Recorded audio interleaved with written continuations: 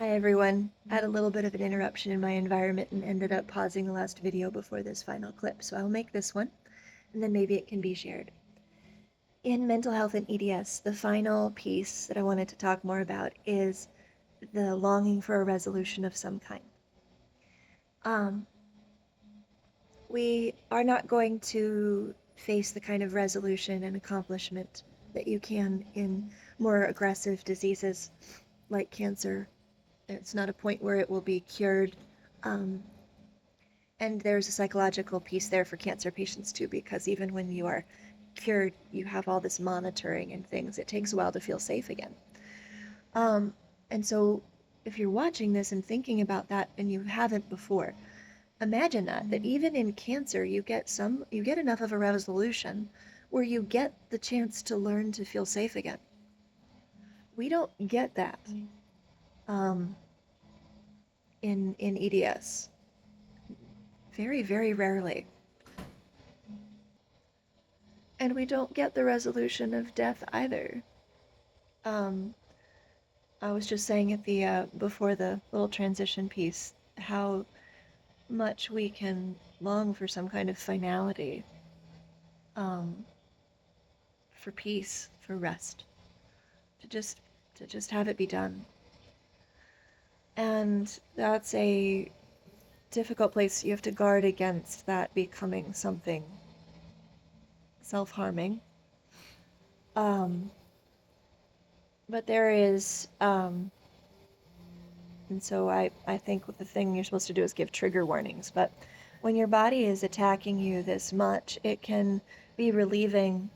This is a particular danger for teenagers, those coming through middle school and high school, because they don't have a whole bunch of mature joy memories to fall back on. They haven't built up a strong database of more positive memories to call on for help. And so it's a risk that engaging in self-harming activities gives a feeling of control when everything's out of control. So in this, I have to wrap up this piece because it's time to go, but look for resolutions in other ways. Small goals, baby steps.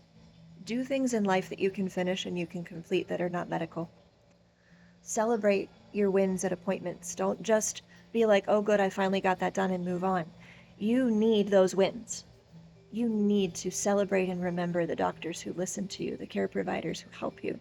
You need to mentally and emotionally take time to appreciate and dwell mentally, emotionally, spiritually on the things that are successful, the things that bring resolution to the smaller moments of the day.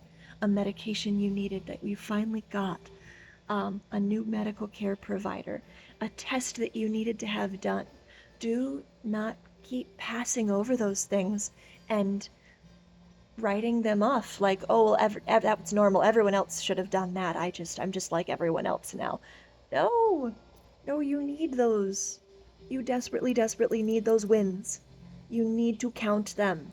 And I'm using count in a very, very, some of my background here, ancient Middle Eastern language communication. To count is to notice in great detail, to measure, to recall in such vivid accounting that you can see, touch, taste, smell, um, and hear that something good happened, and dwell in that and embody it in yourself.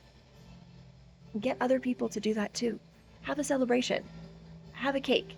Get your favorite cup of coffee. Do things. Build rituals in your life to celebrate those moments of resolution, because there won't be other big ones. Much of the time. Sometimes we have breakthroughs, like tethered cord surgery or Mal's release. Yeah. But most of the time, we have to find them in other ways. We need to take those other elements. A family member finally learning and realizing what it is you've been going through, maybe after watching these videos. Don't discount them. Don't say to yourself, I shouldn't need that. No one else does, I shouldn't. That's not true. Everyone needs those. Everyone needs the wins, the resolutions, the finality of ending a hard problem. They just get it from a whole bunch of other things. And they probably could do better noticing. It could take some more time to notice that. So make your own resolutions, guys. Find people to enjoy your resolutions with you, your conclusions, to find completeness. Another an ancient Near Eastern concept is that perfect does not mean exact, precise. It means complete. And one of my favorite words, tamim, means to complete wholeheartedly. You are doing things wholeheartedly because you have to. So take a moment and appreciate that you did that. Do you hear me? Okay? Appreciate that you did something wholeheartedly. Let go of the fact that you had to and you had no choice. That will come when you get to grieving. But appreciate that you did it wholeheartedly. And that is, speaking of grief, I will end there. In order to be able to accept what's happening in your life, to not feel tortured by it day in and day out, we have to grieve. Non-negotiable. You have to grieve. And you can't grieve when these other 4 things that I've talked about, education barriers, the constant burden of teaching, constant burden of communication, of noticing, and lack of resolution. When all of those things are your status quo in life, you can't ever grieve. Your body won't let you because you are practicing trauma states. You are dwelling in and perpetuating and continuing excessive trauma states. I don't mean that to be too harsh. Get help, get other things. I just mean that once you're aware of that, you can begin to avoid them, you can begin to redirect, you can begin to manage what is in your control, and that will help you manage the other things that are not in your control, that are done to you, that are not your fault. And that requires grief. It requires grief. And there's a whole piece of that in the mental health world, the dance of grief, and how to share that with people. Maybe another time. Take this, hold on to it, consider these pieces. There's many more suggestions and ideas than what I've given today, but what can you take away for today that can change your life a little bit?